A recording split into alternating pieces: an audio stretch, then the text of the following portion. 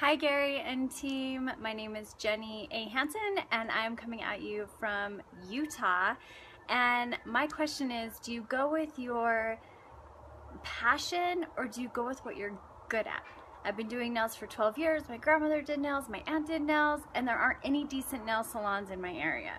So do I open a nail salon or do I go with my passion, which is more in consulting, which consulting salons would be good, but again, there aren't any good nail salons in the area. So what are your thoughts? Thanks for the show. Thanks for your work. Thanks VaynerMedia. Bye. Jenny, thanks so much for the question. Look, I'm a big fan, Jenny, and I think you know this, of practicality. Awfully hard, Jenny, to consult for nail salons where there are none, or there are none that are good enough that would actually pay a consultant. So I think your options are you can move and go to LA, New York, Philly, places where there are more. Or you open a salon, you're a young lady, so I think you have time and a long career. Maybe you open up one for a little while, build up some dollars, some equity. It's easy for me to say go move. Maybe you've lived in Utah your whole life, your whole family's there, everybody's there, you've got to be there. You can consult virtually. It is 2016. Technology has caught up.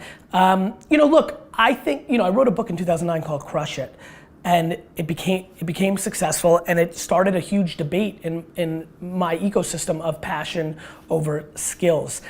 I don't think anybody can answer that question for any of you watching right now. Really, I don't.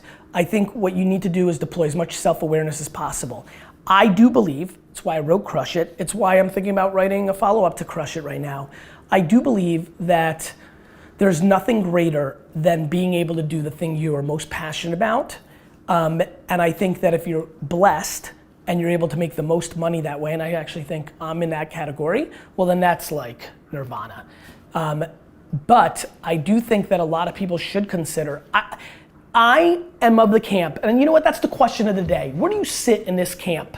In the comments, let's sit on this one. Where do you sit in this camp? Here is my theory, that if you make $130,000 a year doing something you don't love as much or at all, versus making 89 and loving it, that you should always go with B.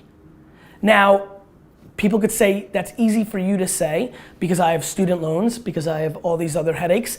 I have a weird thesis that 89, because you're so happy and you're willing to work 18 hours a day, becomes 131 over time, and 130 becomes fired or flat forever. I really do believe that passion works out that way, and I'm not a secret. I'm not Oprah. I'm not like sunshine and rainbows, especially not after the fucking Jets miss an extra point and lose by 1 point. I just think it's practical.